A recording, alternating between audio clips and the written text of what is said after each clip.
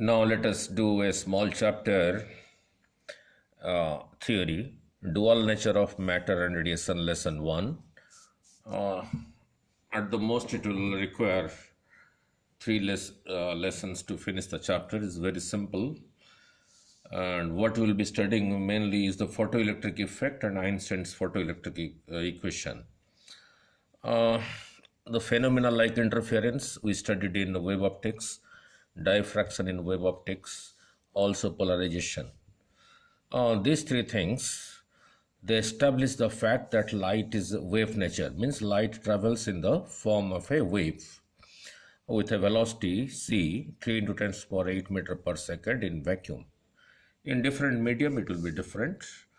As I explained you in ray optics, velocity of light in medium 1 by velocity of light in medium 2 was equal to refractive index of medium 2 by refractive index of 1. That is what we studied.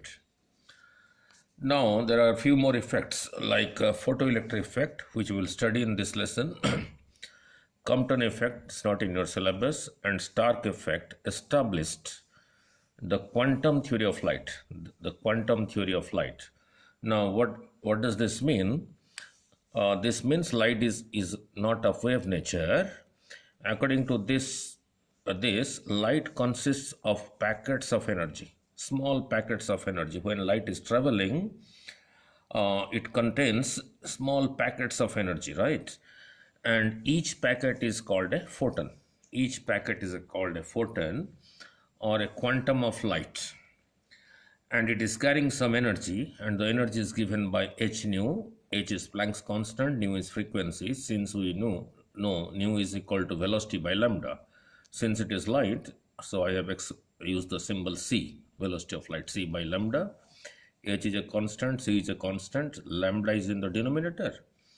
So the photons having less lambda, if lambda is less, then the energy will be more. If lambda is more, then this by this is less, that is the energy will be less. Now what I meant to say is here I have explained violet, indigo, blue, green, yellow, orange, red. This is the visible light. To this side is ultraviolet, to this side is infrared. Lambda increases to this side, means lambda of red is greater than lambda of violet. What I meant to say, if you are considering photon of red light, means its lambda is more, so the energy associated will be with it is less. If you compare with photons of violet light has less lambda because lambda is increasing to this side. Violet light has less lambda. So if lambda is less here, this is a fraction, the energy will be more, means energy carried by violet light is more sorry, as compared to energy carried by red photon, right? Now where h is a Planck's constant and it is nothing but energy into time, nu is the frequency. Now some phenomena are explained by wave nature. These three phenomena are explained by wave nature, and some by particle nature of light. For example, we will now study photoelectric effect. This can be explained by particle nature of light. Light is of a dual nature, means there are two different natures, wave nature and particle nature. Therefore the name of the chapter is dual nature of matter and radiation. The value of Planck's constant I have written here, 6.62 into 10 to the power minus 34 joule a second. Let us go to the next page. Now here is little understanding. Free electrons in metals. Electrons in the outer shell of atom are loosely bound. We know this is the energy of an electron in any orbit, minus 13.6 z square by n square electron volt, where n is the orbit. If n is equal to 1, the first orbit, n is equal to 2 is equal to second orbit, n is equal to 3 is equal to third orbit, z is the atomic number. Now if n increases, the denominator increases, therefore energy, this value decreases. So that is what I have said here. Electrons in the outer shell of atoms are loosely bound and move easily within the metal surface.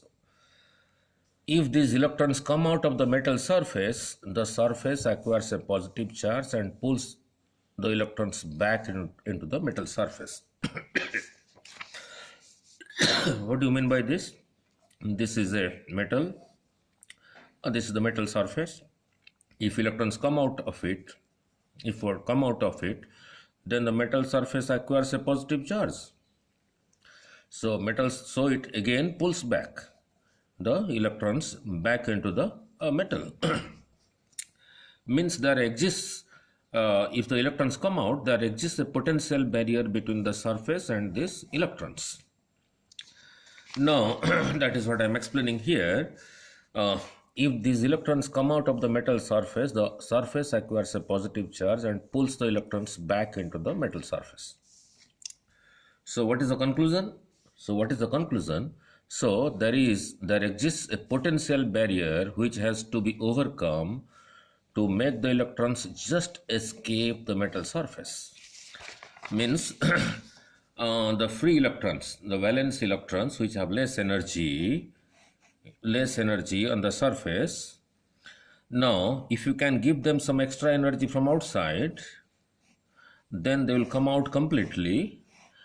Means they will escape the potential barriers, so they cannot be pulled back again into the metal surface. Means some energy has to be given from outside.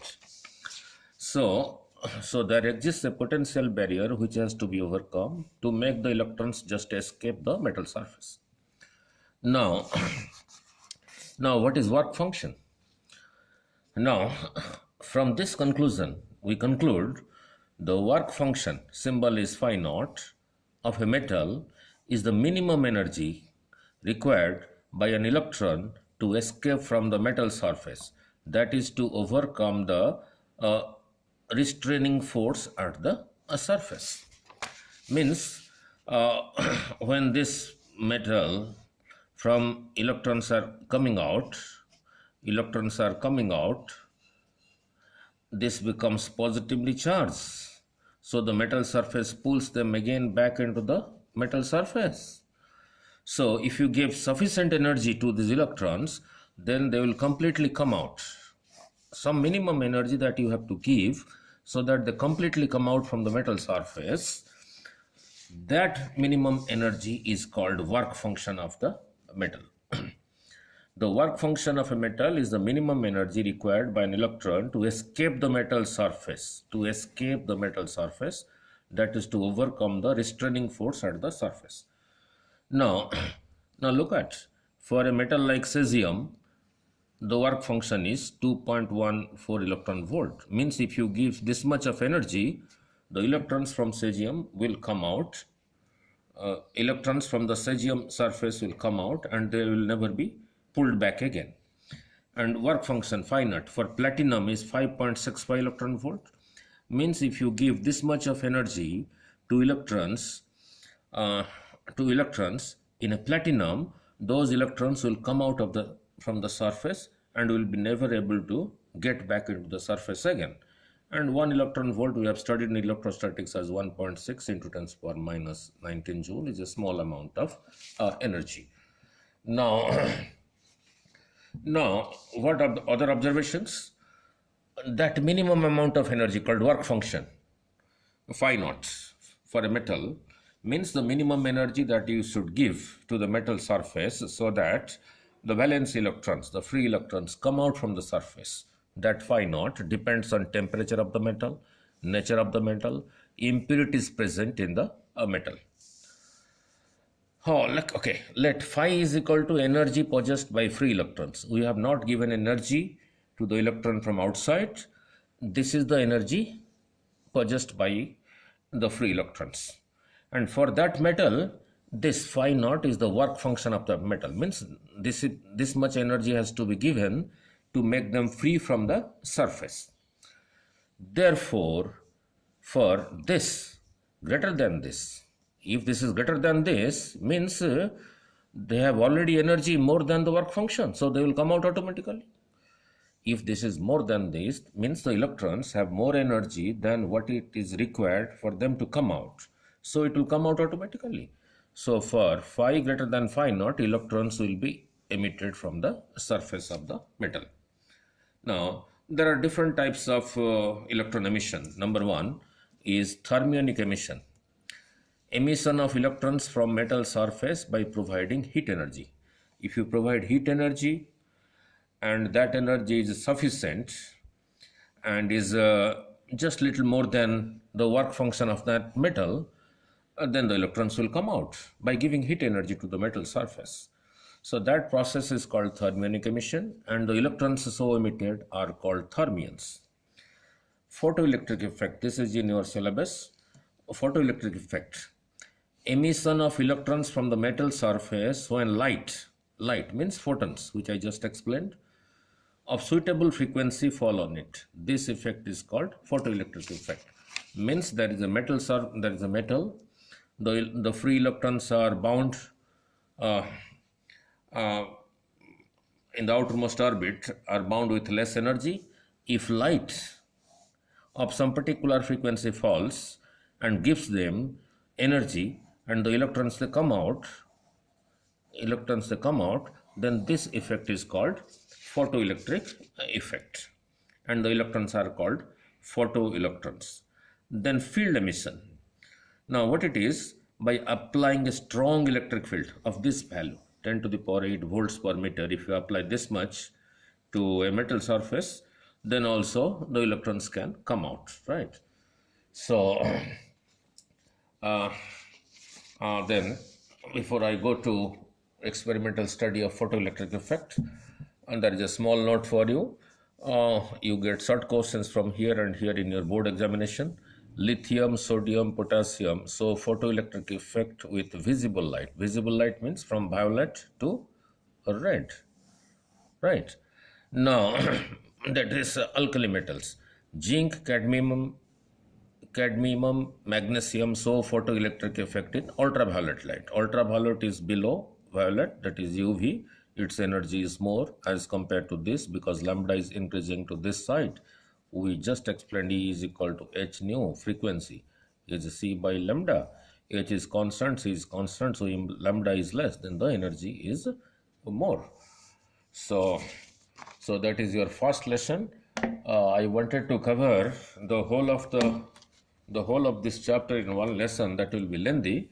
So I'll go to this part, that is the photoelectric effect, the experimental part, this part, and this part, and this part, and this part in the next video. So I suggest you to watch the two videos consecutively so that you finish the chapter in one shot, right?